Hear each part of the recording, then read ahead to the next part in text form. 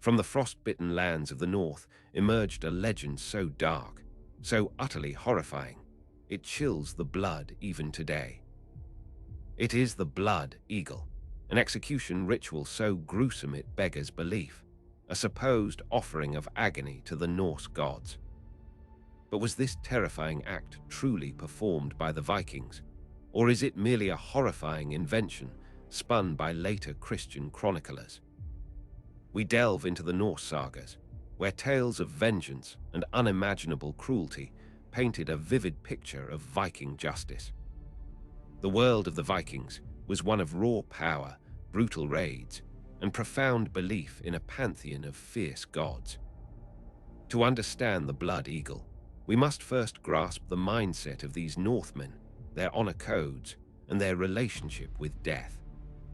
Life was brutal and short, and glory in battle was the highest aspiration, often paving the way to the halls of Valhalla.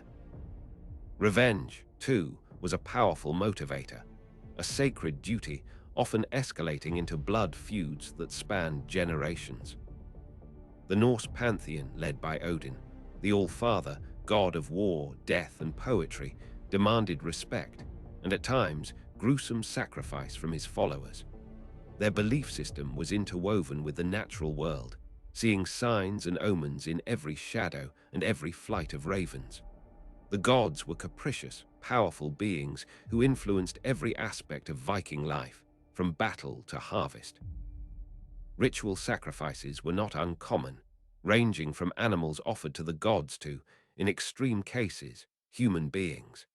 These acts were believed to appease divine anger, secure bountiful harvests, or ensure victory in war. The very landscape of the Norse world was dotted with sacred groves and altars where such grim ceremonies would take place under the watchful eyes of the community.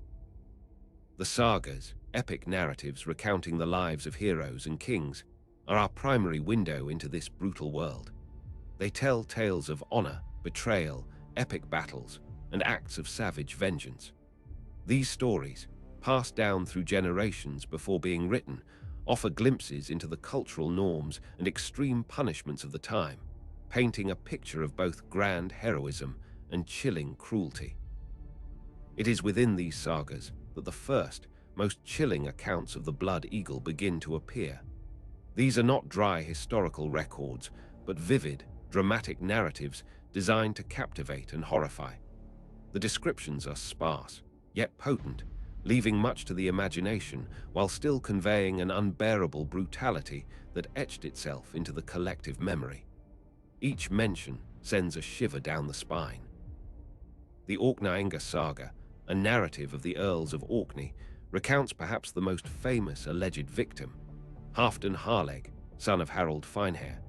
His fate was sealed by the ruthless actions of his brother, setting in motion a chain of events that would culminate in a truly gruesome end. The saga describes this particular instance with stark, brutal efficiency, highlighting the merciless nature of Viking vengeance. Another prominent tale, from the late 9th century, concerns Ivar the Boneless and his brothers, avenging their father Ragnar Lothbrok's death at the hands of King Aellar of Northumbria. This act of vengeance is perhaps the most cited example, fueling the popular image of the Blood Eagle. The sheer audacity of the Viking raid and the brutal retribution sought by Ragnar's sons became legendary, echoing through history. It was a statement of power and an unyielding commitment to familial honor. The description itself is nightmarish. The victim laid prone, his back exposed. A sharp blade would then trace along the spine, severing the ribs from their anchorage. The silence before the act, punctuated only by the cries of gulls and the distant crash of waves, would have been agonizing, a slow torture preceding the physical mutilation. The executioners would have moved with grim purpose, their faces unreadable. With expert, or perhaps cruel, precision, the ribs were broken or hacked free, creating a ghastly wing effect. This would have been a horrific spectacle, an act of intentional, agonizing dismemberment. The sound of bone cracking and tearing flesh would have filled the air, a chilling symphony of pain designed to terrorize onlookers and victim alike. The perpetrators would have likely been skilled, hardened warriors, accustomed to the sight of blood and suffering. Finally, the lungs were pulled out, splayed across the ribs like the blood-soaked wings of an eagle. This was the horrifying culmination, turning a human being into a grotesque living sacrifice. The victim's agony would have been unimaginable, a slow, suffocating death designed to extract every last ounce of suffering. The sight of the beating lungs, exposed to the air, was meant to be a direct affront, a final, defiant act of desecration. Salt was sometimes rubbed into the gaping wounds, ensuring maximal pain and a prolonged, agonizing demise. This final touch of cruelty would have amplified the suffering, turning an already unbearable torment into something truly demonic. The purpose was not merely execution, but a spectacle of ultimate degradation and suffering, a message carved into the very flesh of the enemy. It was a display of absolute power and merciless revenge. The Blood Eagle, if real, would stand as one of the most creatively sadistic methods of execution ever conceived. Its mere description evokes a primal fear, a reminder of humanity's capacity for extreme cruelty. It was not just about killing, but about sending a terrifying message, a stark warning to all who defied the power of the Northmen. This ritual, whether fact or fiction, undeniably continues to capture the dark imagination. However, the historical accuracy of the Blood Eagle has been fiercely debated for centuries. Modern scholars meticulously scrutinize every fragment of evidence, questioning the reliability of sagas written long after the events they describe. This academic debate highlights the challenges of reconstructing ancient history, especially when relying on sources that blend fact with mythological flourish. The truth, like so much of the Viking Age, remains elusive and shrouded in interpretation. Crucially, there are no contemporary accounts from the period, either from Anglo-Saxon chroniclers or other European observers. This striking silence is a significant point for those who doubt its historical existence. Given the extreme nature of the ritual, one would expect it to be documented by those who witnessed or heard of such an atrocity. The absence of such records leaves a gaping hole in the historical narrative, forcing us to rely on much later, less immediate sources. The sagas themselves were largely written down in Iceland centuries after the Viking Age, in the 13th and 14th centuries. By this time, Iceland had converted to Christianity, and the perspective of the writers was inevitably shaped by their new faith. These later authors often used their narratives to sensationalize pagan practices, portraying them as barbaric and evil to highlight the superiority of Christianity. This later framing introduces a layer of skepticism regarding the absolute literal truth of every event described. Some scholars propose that the Blood Eagle might be a misinterpretation of complex skaldic poetry, known for its intricate kennings and metaphors. Skaldic verse was highly stylized, often describing gruesome events in elaborate, roundabout ways. A literal reading of a poetic description of a fallen warrior's back being carved by the eagle could easily be mistaken for a ritual rather than a battle wound. This poetic ambiguity clouds the historical waters even further.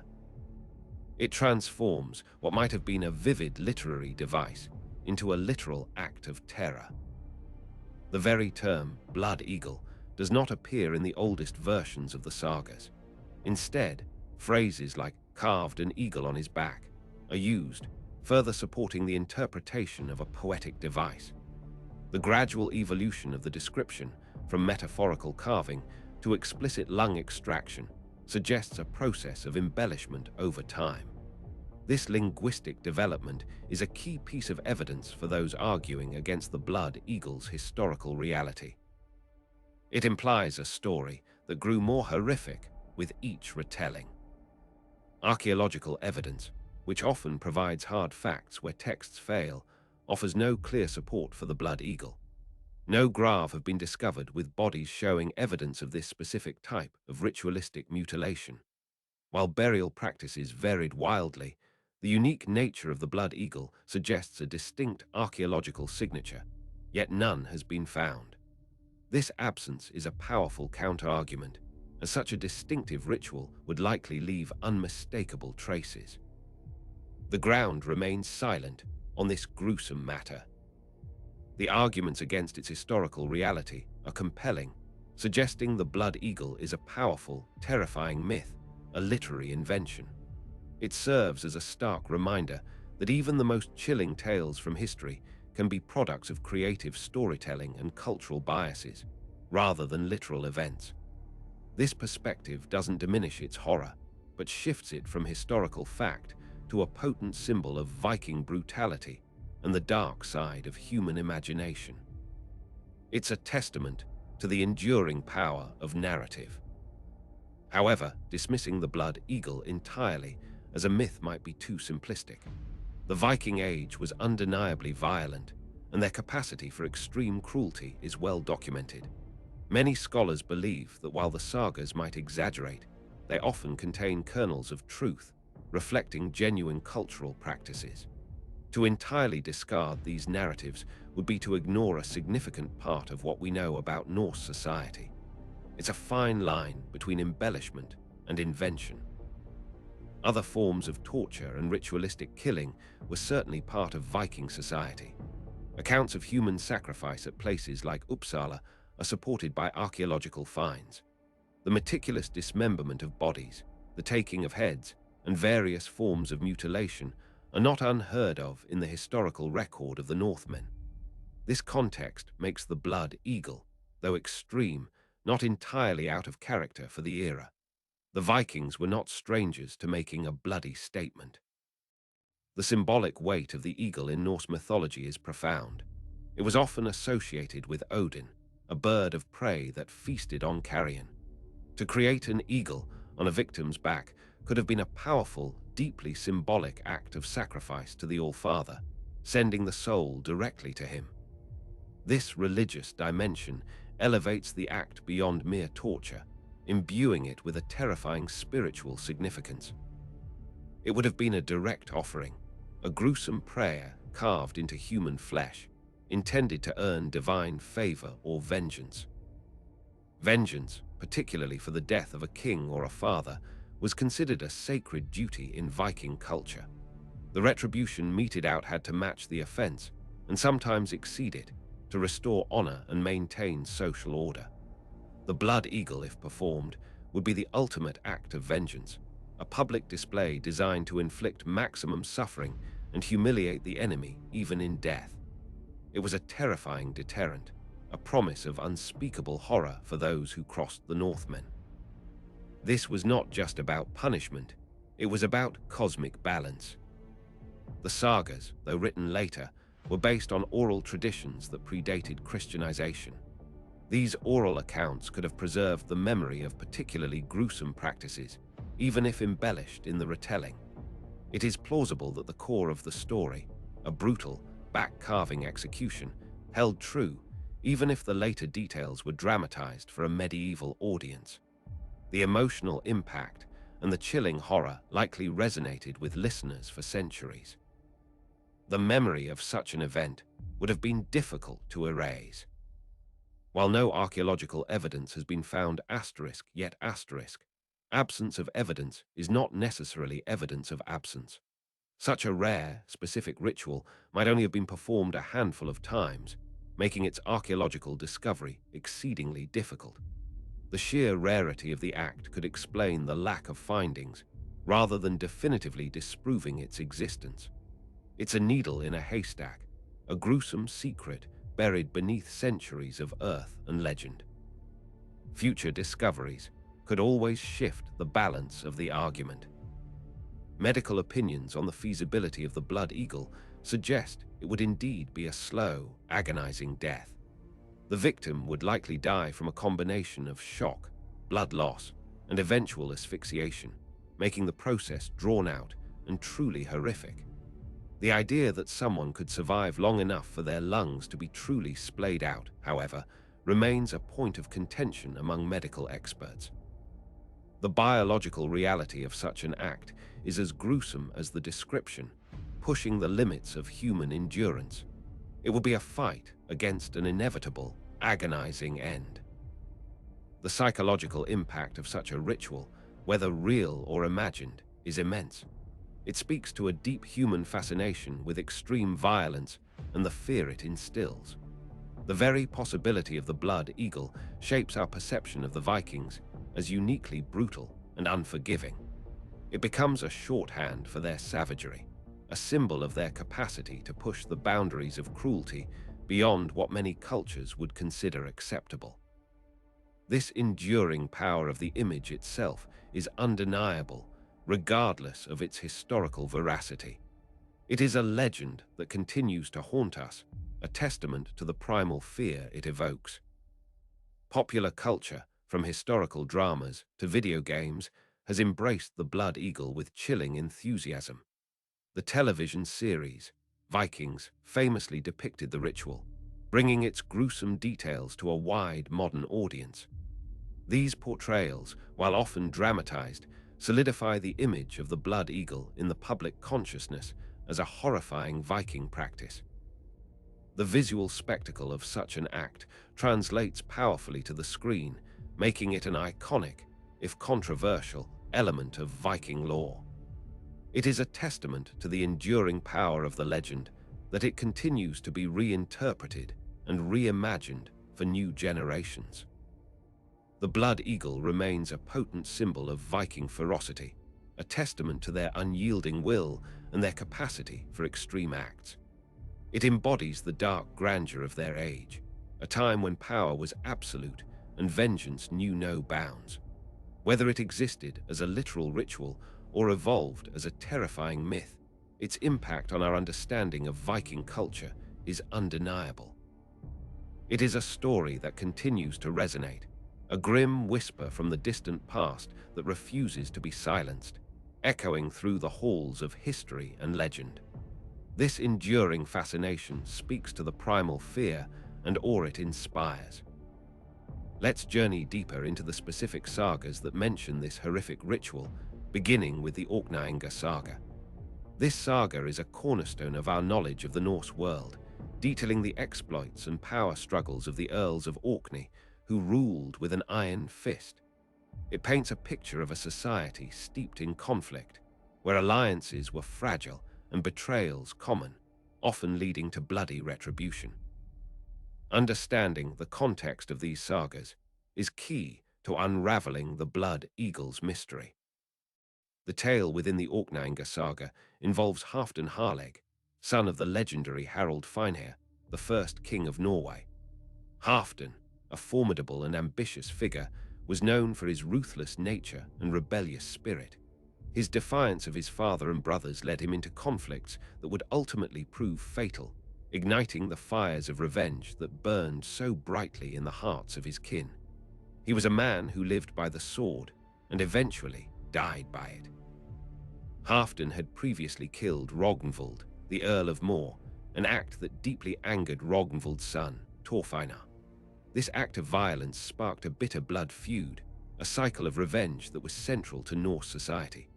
The murder of Rognvald was not merely a personal affront. It was a challenge to the power structure and an insult that demanded a brutal response. Thorfeinar's honor and that of his family was now irrevocably tied to securing vengeance, no matter the cost. Thorfeinar, a shrewd and determined leader, eventually captured Halfdan. The moment of capture would have been filled with palpable tension, the air thick with unspoken threats and the weight of past transgressions. Halfdan, cornered and defeated, knew his fate was likely grim, but perhaps even he could not have foreseen the depths of cruelty that Einar had planned for him. This was not a simple surrender, but the prelude to an unforgettable act of retribution.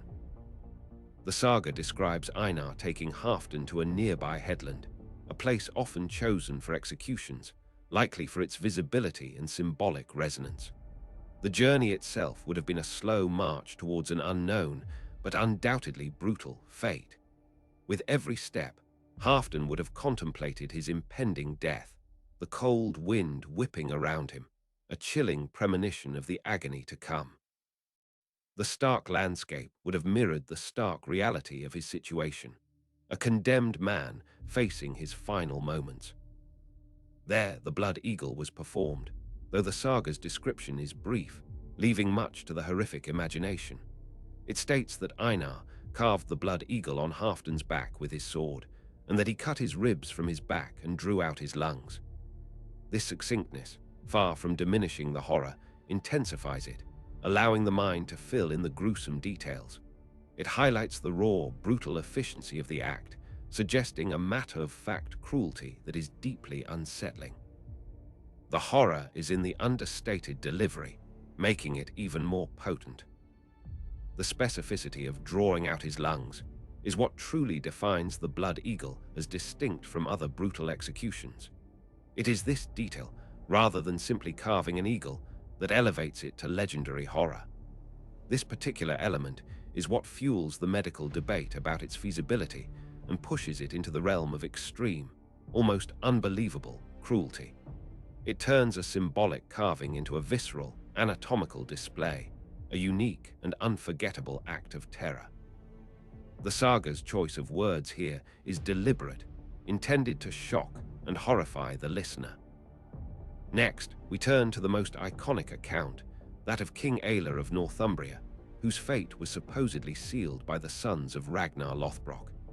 This narrative, found in various sources including the Anglo-Saxon Chronicle and later sagas, details the brutal revenge exacted by Ivar the Boneless and his brothers for their father's death. This story is more widely known and often cited, making it crucial to our understanding of the Blood Eagle's legend. It is a tale woven into the very fabric of Viking lore, a cornerstone of their formidable reputation. Ragnar Lothbrok, a legendary Viking king and warrior, was reportedly captured by King Aelle and subjected to a cruel death by being thrown into a pit of vipers.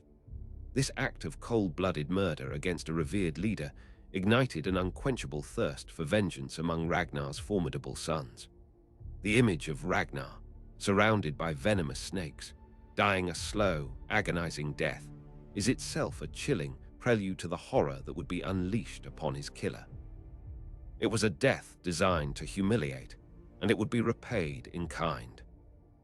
Led by Ivar the Boneless, a figure known for his cunning and strategic brilliance, the great heathen army descended upon England. This was no ordinary raid. It was a vast, unified force, driven by a singular, consuming desire for revenge. The sheer scale of the army, its devastating impact on Anglo-Saxon kingdoms, and its relentless pursuit of King Aelle marked a pivotal moment in English history. It was a storm of iron and blood, a tide of vengeance that swept across the land. The very ground trembled beneath their march, foreshadowing the terror they would bring. King Aelle was eventually captured after a fierce battle at York. The moment of his capture would have been a culmination of fear and desperation, as the Anglo-Saxon king realized his reign and his life were at an end. His defiance in the face of the overwhelming Viking force was ultimately futile, leading him directly into the clutches of Ragnar's vengeful sons. The roar of the Viking warriors, the clang of steel, and the smell of blood would have marked his final moments as a free man. His defeat was complete, his fate sealed by the very act he committed against Ragnar. The saga of Ragnar's sons recounts that they enacted the Blood Eagle upon King Aelle as the ultimate retribution for their father's death. This was not just punishment, but a ritual of immense symbolic weight, designed to mirror and avenge Ragnar's agonizing end. The public nature of the execution, carried out by the vengeful sons themselves, would have amplified its impact, serving as a chilling warning to anyone contemplating defiance against the Northmen. It was a statement, bloody and unforgettable, carved into the flesh of a king. The silence of the crowd, or perhaps their horrified gasps, would have been the only sounds accompanying the brutal deed.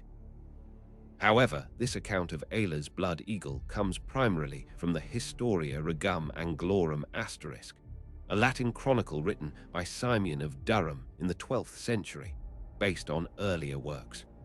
While seemingly a more contemporary source than the Icelandic sagas, it is still centuries removed from the actual event. Simeon's work, like many medieval chronicles, often blended historical fact with legend and moralistic embellishment, further blurring the lines between truth and terrifying tale. His motivations might have included demonizing pagan practices for a Christian audience, which would lead him to emphasize the most gruesome details. The Anglo-Saxon Chronicle, a truly contemporary source, simply states that Ayla was killed by the Vikings, with no mention of the Blood Eagle. This glaring omission is a powerful argument against the literal performance of the ritual. If such an unprecedented and horrific act had occurred, it seems unfathomable that the chroniclers of the time would omit it, given its shock value.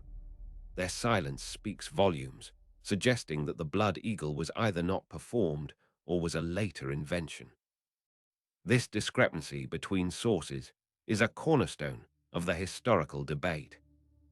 Beyond these two primary accounts, mentions of the Blood Eagle are few and far between, appearing in later, less reliable sources or in highly poetic contexts.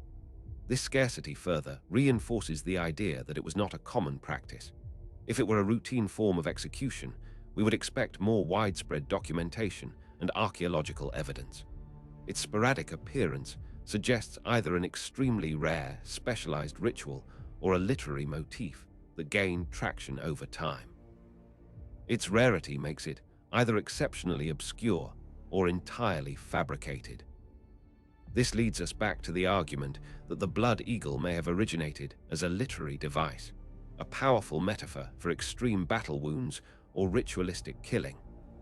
The phrase, "carved an eagle on his back," could simply mean that a warrior died with grievous wounds that resembled an eagle's shape, or that their back was torn open by the ravens, eagles of battle. Poetic license often blurs the lines between literal and figurative language, especially in cultures rich with oral traditions and vivid imagery. The Skalds were masters of such evocative, yet ambiguous description. The evolution of the descriptions over time is also a critical piece of evidence for the myth theory. Earlier sagas use more ambiguous language, while later Christian writers provide increasingly graphic and specific details. This suggests a process of sensationalism and embellishment, where a poetic image was gradually transformed into a concrete, horrifying ritual. It's a classic example of how a legend grows, gaining more grisly details with each retelling, designed to shock and terrify audiences. The story becomes more vivid, but not necessarily more truthful. The influence of Christian writers cannot be overstated. As Christianity spread, pagan beliefs and practices were often demonized, portrayed in the worst possible light to highlight their perceived barbarism. Exaggerated tales of pagan cruelty would serve as powerful propaganda, reinforcing the narrative of a brutal, ungodly past. The Blood Eagle, with its visceral horror, would have been a perfect tool for this purpose, a terrifying example of the evils from which Christianity had saved people. This ideological lens undeniably shaped how these stories were recorded and retold for generations. Yet the argument for its reality persists, citing the harsh realities of Viking warfare and justice. They were not a people known for their gentle touch. The extreme violence described in the sagas, even if embellished, often aligns with what we know of other ancient cultures. To assume that Vikings were incapable of such an act might be projecting modern sensibilities onto a deeply alien past. Their world was one where brutality was often a tool of power, a means to control and intimidate. It is essential to consider the historical context without romanticizing or sanitizing it. The precise description of the ritual, particularly the lung extraction, suggests a detailed understanding of anatomy that goes beyond a simple metaphor. If it were merely a poetic flourish, why such specific, gruesome details about the internal organs? This level of specificity could indicate an underlying knowledge of such practices, perhaps observed or recounted, even if not widely performed. The very vividness of the description is a point of contention, arguing for either a very creative imagination or a grim reality. It's a level of detail that feels disturbingly real. The motivations for such an extreme act are also considered. Revenge, especially for a king or esteemed warrior, was a powerful cultural imperative that demanded a response beyond ordinary execution. The Blood Eagle would not just kill, it would desecrate, humiliate, and send a message of unparalleled terror. It would be an act of utter annihilation, not just of the body, but of the very spirit, ensuring that the victim's journey to the afterlife was fraught with torment.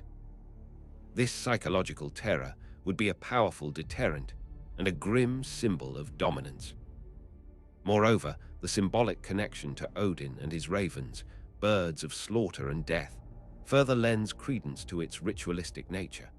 To literally transform a victim into an eagle, for Odin would be a profound act of religious sacrifice, meant to honor the All-Father in the most gruesome possible way. It links the earthly act of vengeance directly to the divine, suggesting a deeper spiritual meaning behind the horror. The eagle was a sacred bird in Norse cosmology, a terrifying messenger of the gods, and this act would have been seen as a direct communion with those terrifying forces. Ultimately, the debate over the Blood Eagle's reality highlights the challenges of historical interpretation, especially when dealing with ambiguous ancient sources. We are left to weigh literary flourishes against potential historical brutality, cultural context against modern sensibilities. It forces us to confront the limitations of our knowledge and the inherent biases in the historical record. The truth may forever remain shrouded in the mists of time, a tantalizing mystery that continues to haunt our imagination. It reminds us that history is not always a clear narrative, but a mosaic of fragments and interpretations. Regardless of its literal truth, the Blood Eagle has undeniably shaped the modern perception of Vikings. It has become a cornerstone of their formidable and often terrifying image, cementing their reputation for brutal efficiency and unforgiving vengeance. This enduring cultural impact speaks to the raw power of the narrative itself, a story so potent it transcends historical accuracy. It serves as a reminder that tales of terror, even if born of fiction, can leave an indelible mark on the collective consciousness, coloring how entire civilizations are remembered. The legend has become larger than any single historical fact. The chilling description of the ritual and its potential for agonizing suffering continues to haunt us. The image of lungs splayed like an eagle's wings is a visceral horror that stays with the viewer long after the tale is told. This graphic nature is why it remains so compelling, a macabre masterpiece of historical or mythological terror. It speaks to our deepest fears, reminding us of the fragility of the human body and the limitless capacity for cruelty. The sheer visual horror is a key part of its enduring power. Whether a brutal reality or a terrifying myth, the Blood Eagle serves as a powerful testament to the Viking Age itself, a time of uncompromising violence, deep spiritual belief, and an unyielding will to power. It encapsulates the very essence of a warrior society, where death was ever present and acts of extreme cruelty were intertwined with honor and faith. The enduring fascination with this grim practice speaks volumes about its effectiveness as a symbol of Viking might and ruthlessness. It represents the darkest corners of their fearsome reputation. The saga of Sigurd the Mighty, Earl of Orkney, presents another chilling account, though one with a touch of the macabre and supernatural. Sigurd, a formidable warrior, was a direct descendant of the line established by Thorfinar. His tale, like many Norse narratives, seamlessly blends historical events with mythological elements, creating a captivating yet unsettling portrait of leadership in the Viking world. It reminds us that these were not merely historical figures, but characters in their own dramatic sagas. Sigurd had defeated a powerful Pictish chieftain, mail-brigged, in battle. To display his victory and desecrate his enemy, Sigurd ordered Mael-Brigt's head to be taken as a trophy. The act of decapitation itself was a common, if brutal, practice in warfare, designed to instill fear and humiliate the vanquished. This was not merely about victory, but about making a definitive statement of dominance over a conquered foe. The severed head, paraded before the defeated, would serve as a powerful symbol of their utter submission. In a macabre twist, Sigurd tied Maelbrigt's head to his saddle as he rode from the battlefield. However, Maelbrigt's protruding tooth grazed Sigurd's leg, causing a wound. This seemingly minor detail takes on immense significance in the saga, hinting at a vengeful spirit reaching out from beyond the grave. It introduces a supernatural element, suggesting that even in death, the fallen chieftain retained a power to enact retribution. The ride home, initially a triumph, quickly becomes a journey fraught with grim foreshadowing. The wound became infected, festering, and eventually leading to Sigurd's death. This unexpected demise, caused by such a seemingly trivial injury, underscores the saga's message about the interconnectedness of fate, vengeance, and the supernatural. It suggests that some transgressions, even against a defeated enemy, can lead to unforeseen and terrible consequences. The image of a mighty warrior brought low by a rotting wound adds a chilling layer of poetic justice, hinting at the power of the dead to influence the living. It was a humiliating, inglorious end for a great chieftain.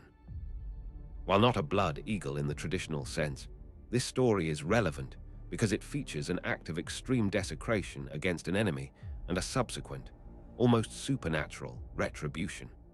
It shows how deeply intertwined the concepts of violence, honor, and vengeance were in Norse culture, even when death seemed to have settled the score.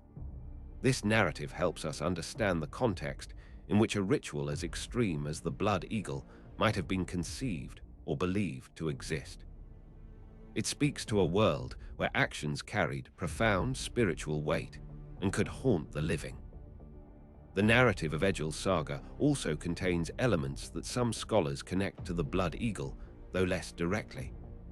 Egil Skallagrimsson, the titular hero, was a complex, often brutal, and immensely powerful warrior poet. His life was filled with conflict, and his sagas often depict him engaging in acts of extreme violence and cunning. Examining the breadth of violence in Egil's life provides further context for the extreme acts described elsewhere in Norse literature, even if the blood eagle itself isn't explicitly mentioned. His wrath was legendary, a force of nature to be reckoned with. One particular episode in Egil's saga describes how Egil sought to dishonor his enemies by mutilating their bodies and leaving them in a way that would offend the gods. This wasn't just about killing. It was about ensuring spiritual condemnation, a fate worse than death itself in the Norse worldview. Such acts demonstrate a clear cultural precedent for extreme, ritualistic violence against vanquished foes, intended to inflict both physical and spiritual damage. It reveals a deep understanding of what truly terrified their enemies. He would also set up a nithstong, or nith pole, a pole with a horse's head on top, facing towards his enemy's land, inscribed with curses. This was a potent magical and psychological weapon meant to bring misfortune and dishonor upon his foes. The nith pole was not just a symbol, it was believed to actively invoke spirits to torment and bring ruin upon those it targeted.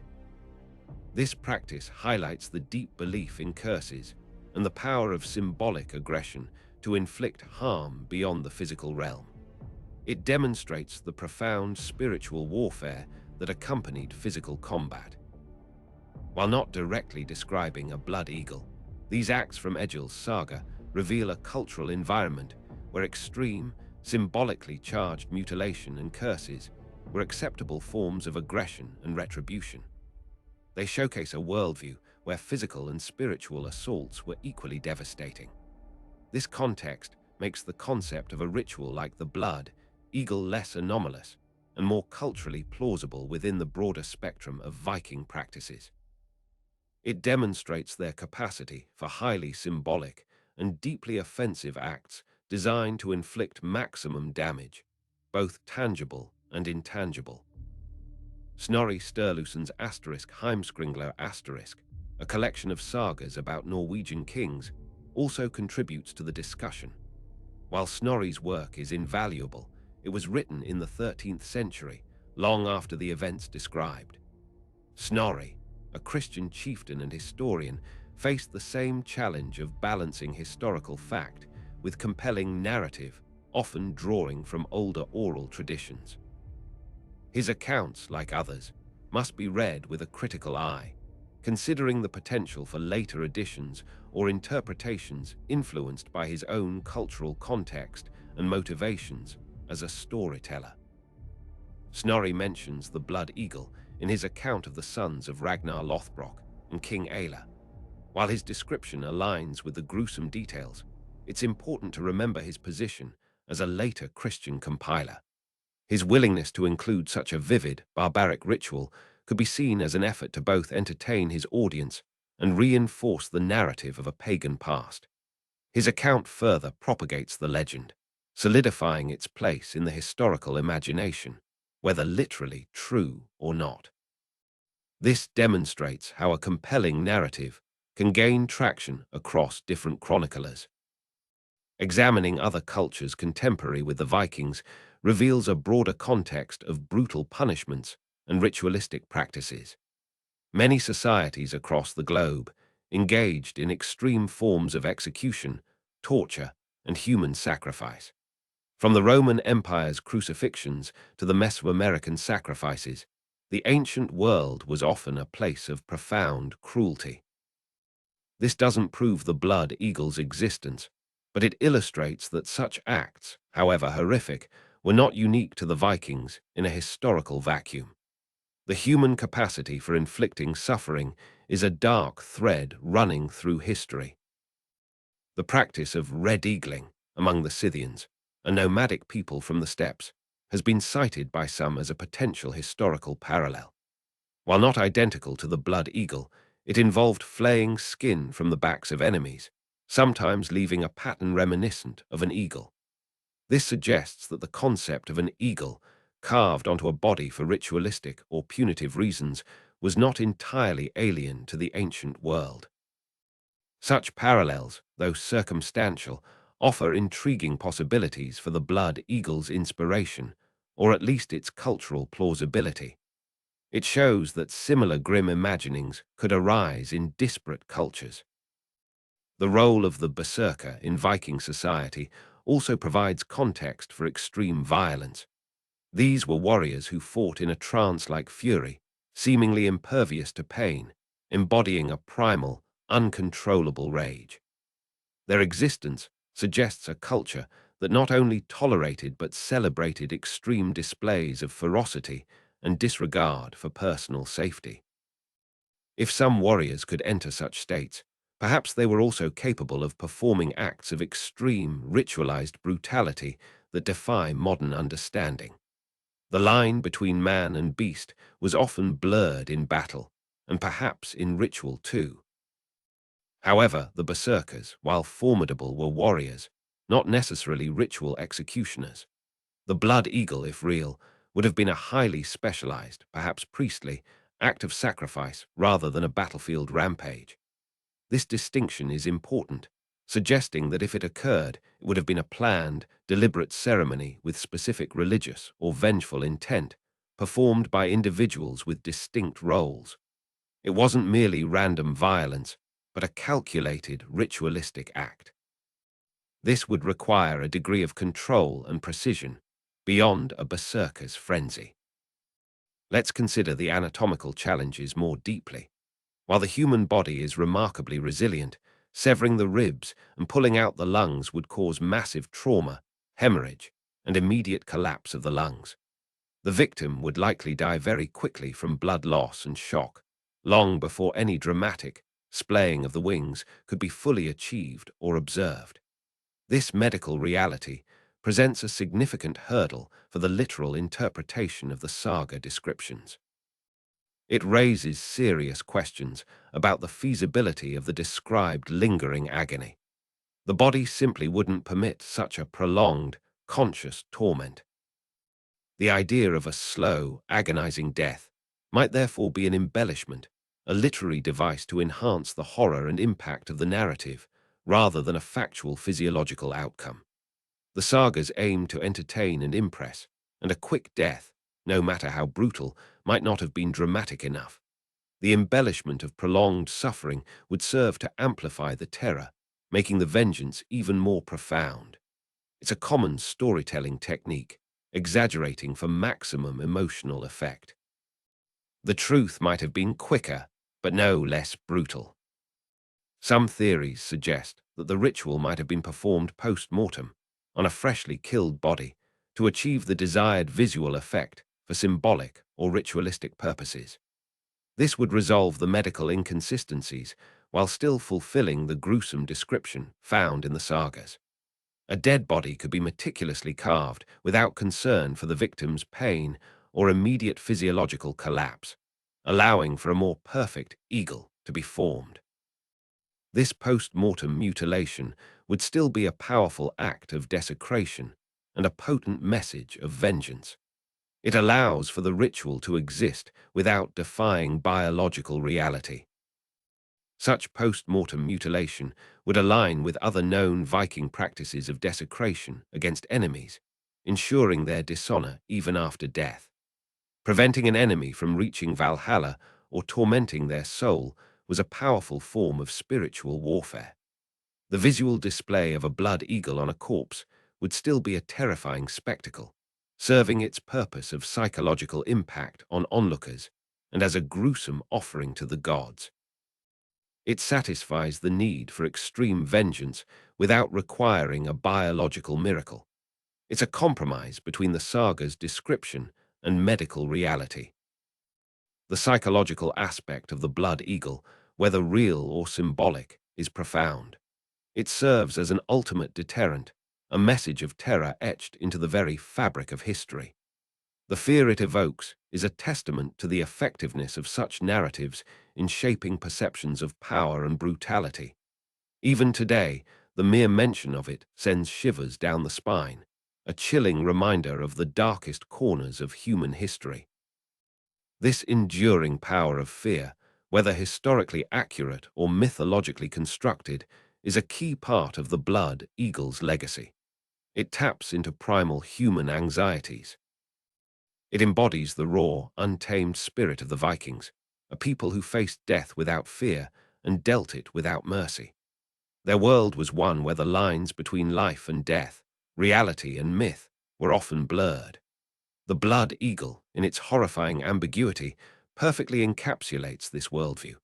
It is a symbol of their extreme capacity for both profound religious devotion and unimaginable cruelty, a duality that continues to fascinate and appall us. It is the dark heart of their legend, a legacy of terror that persists through the ages. In conclusion, the blood eagle, whether a historical fact or a powerful myth, remains one of the most chilling and fascinating aspects of Viking lore. It forces us to confront the darkest corners of human history and the enduring power of storytelling. The academic debate surrounding it highlights the complexities of historical research, where conclusive answers are often elusive. We are left to ponder the horrifying possibilities and the profound cultural impact of such a gruesome tale. The mystery only adds to its unsettling allure, ensuring its place in the annals of both history and legend. The Blood Eagle is more than just a gruesome tale. It is a mirror reflecting the terrifying aspects of a warrior society. It represents the lengths to which vengeance, honor, and religious fervor could drive individuals in the brutal Viking age. The very controversy surrounding its existence makes it a potent topic, pushing scholars to re-examine the nature of historical evidence and the power of narrative. This deeper examination enriches our understanding of the Norse world, even if the ultimate truth remains tantalizingly out of reach. It reveals the complex interplay between culture, violence, and belief. Perhaps the true horror lies not in its literal execution, but in the enduring human capacity to conceive of such an act and to believe it was possible.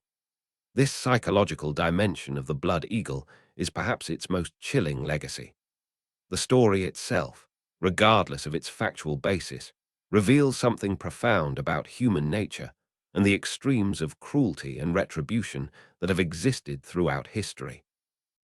It is a story that refuses to be forgotten, a dark echo from a brutal past that continues to resonate with primal fear. Its power lies in its ability to haunt the imagination. As we conclude our journey into the mystery of the Blood Eagle, we are left with more questions than answers. The fog of time, the embellishments of sagas, and the biases of later chroniclers all conspire to keep its true nature shrouded. Yet, the tale endures, a grim whisper of unimaginable brutality that continues to define, in part, the fearsome image of the Vikings. It is a testament to the power of a legend, a horrifying narrative that refuses to fade into obscurity, forever etched into the collective memory of humanity. This enduring enigma is a crucial part of its dark allure, inviting endless speculation and horror. The very term, Viking itself, conjures images of unbridled ferocity and uncompromising will. The Blood Eagle, whether real or not, becomes a visceral symbol of this reputation, a dark jewel in the crown of their terrifying legacy. It embodies the primal fears associated with these seafaring warriors, a people who carved their name into history with blood and steel. This powerful association ensures the legend's continued relevance, forever linking it to the iconic image of the Northmen. It's a part of their brand, a terrifying testament to their enduring legend. In a world where kings were ruthless and survival was paramount, the concept of a ritualistic execution designed to utterly break an enemy makes a grim kind of sense. It speaks to a time when power was asserted not just through military might, but through psychological terror and symbolic desecration. This historical context makes the Blood Eagle, even if just a myth, a reflection of the brutal realities of power dynamics in the early medieval period. It's a reminder of how different historical eras can be, with their own terrifying codes of justice. The Death Historica tone demands that we acknowledge the brutal truths, even if uncomfortable, and delve into the horrifying possibilities without shying away. The Blood Eagle, whether literally true or an expertly crafted narrative, represents a significant cultural artifact that tells us much about the Viking mindset. It forces us to confront the past not as a sanitized narrative, but as a complex, often terrifying reality where human cruelty knew few bounds. This unflinching gaze into the darkness is what makes these stories so compelling and so important. It challenges our modern understanding of morality and justice. The lingering questions around the Blood Eagle serve as a reminder that history is not a static collection of facts, but an ongoing process of interpretation and discovery. Each new archaeological find, each reanalysis of a saga, can shift our understanding and reopen old debates. The uncertainty itself is a powerful aspect of its allure, inviting continuous speculation and fascination. It keeps the legend alive, fueling discussions for generations to come. The fog of time never fully lifts, but reveals new details in unexpected ways. Ultimately, the Blood Eagle holds a unique place in our collective imagination, a testament to the enduring power of grim tales and the fearsome legacy of the Vikings. Whether a physical act of horror or a symbolic expression of extreme vengeance, its impact is undeniable. It reminds us of a past where life was cheap and honor was everything, where the line between reality and myth was often blurred, and where terror was a potent weapon. It continues to cast a long, dark shadow over the history of the Northmen, a chilling reminder of their formidable reputation.